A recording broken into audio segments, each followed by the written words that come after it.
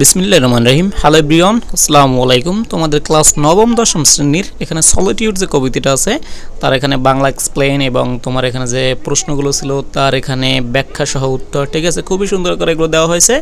এখন তোমাদের সামারি এবং থিম দেওয়ার ট্রাই করব, কারণ এগুলো ইম্পর্টেন্ট। কারণ তোমাদের যে প্রশ্ন আসে সেগুলোর মধ্যেও কি এখানে যে পরীক্ষক আছে সে তোমার কাছে চাইলে এখানে সংক্ষেপে সামারি বা থিমটা এখানে চাইতে পারে।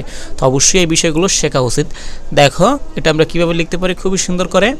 দ্য পোয়েম সলিটিউড, এই যে কবিতাটা আছে সলিটিউড সেস, বলেছে কি বলেছে দেখো, দ্যাট যে হোয়েন ইউ আর হ্যাপি, যখন তুমি এখানে খুশি থাকো, ঠিক আছে, people gladly stay with you, ঠিক আছে। এখানে কি সবাই তোমার গ্ল্যাডলি হচ্ছে সুখের সাথে আর কি, ঠিক আছে, আনন্দে আর কি। তুমি যখন সুখে থাকো তখন সবাই আনন্দের সাথে তোমার সাথে কি এখানে সুখে থাকে। অ্যান্ড শেয়ার ইউর জয়েস, এবং তোমার কি আনন্দ যেটা আছে সেটা ভাগাভাগি করে নিতে চাই। একদম বাস্তব কথা। এবং এই কবিতাটা আমি যখন এক্সপ্লেন করেছি আমি বাংলায় সামারি বলেছিলাম, যেটা আমাদের জীবনে একদম নির্মম বাস্তবতার একটা কবিতা, একদম খুবই সত্য কথা। বাট কিন্তু when you are sad, যখন তুমি স্যাড বা দুঃখে থাকো, you have to suffer alone, তোমাকে কি ভোগ করতে হয় বা এখানে কষ্ট করতে হয়, সাফার করতে হয় alone, একাই সাফার করতে হয়। বুঝতে পেরেছো? হ্যাপি থাকলে সবাই সেটা ভাগ নিতে চায় বা এখানে তোমার কি সেটা ভাগাভাগি করে নিতে চায় সুখটা। কিন্তু তুমি যখন একা থাকো, এখানে তুমি যখন স্যাড দুঃখে থাকো, তখন কি তোমাকে সেটা একাই ভোগ করতে হয়। বা সেখান থেকে তুমি যদি এখানে উঠেও দাঁড়াও, সেটাই সে প্রসেসটাও কি তোমাকে এখানে নিজেকেই নিজে অনুসরণ করতে হবে। কারণটা হচ্ছে দেখো, বিকজ, কি কারণটা, বিকজ ভেরি ফিউ পিপল, মানে একদম মানুষ নেই বললেই চলে। ভেরি ফিউ মানে একদম নেগেটিভ অর্থ দেয়, মানুষ নেই বললেই চলে। কোন মানুষগুলো?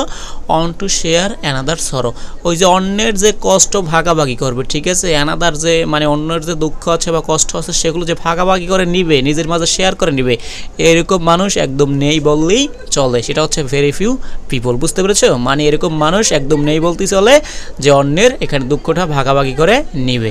আচ্ছা, দ্য পোয়েট শোস, এখানে যে কবি আছে তিনি আমাদের দেখিয়েছে দ্য রিয়েলিটি অফ লাইফ, যেটা আমি শুরুতে বলছিলাম, আমাদের জীবনের বাস্তবতা দেখিয়েছে কবিতার মাধ্যমে, ঠিক আছে।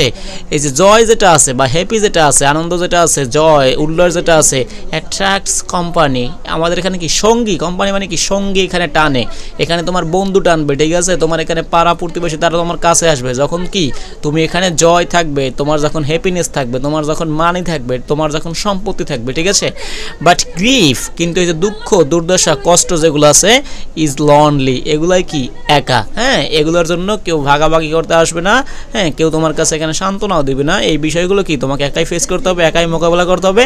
এবং এখান থেকে বের হতে চাইলেও সেটাও তোমাকে একাই সংগ্রাম করে কষ্ট করে কাজ করে বের হতে হবে, ঠিক আছে। তো এটাই আর কি সামারি, আমি সংক্ষেপে তোমাদের একদম লিখে দিয়েছি। তোমরা এটা চাইলে লিখতে পারো বা ফলো করতে পারো। এবং তোমাদের যদি প্রশ্নের মধ্যে সামারি বা থিম চাই, যে কোনো একটা সামারি বা থিম তুমি এটা ফলো করতে পারো। আশা করি টিচার জাস্ট ইমপ্রেসড হয়ে যাবে, এটাই আর কি। Thank you all.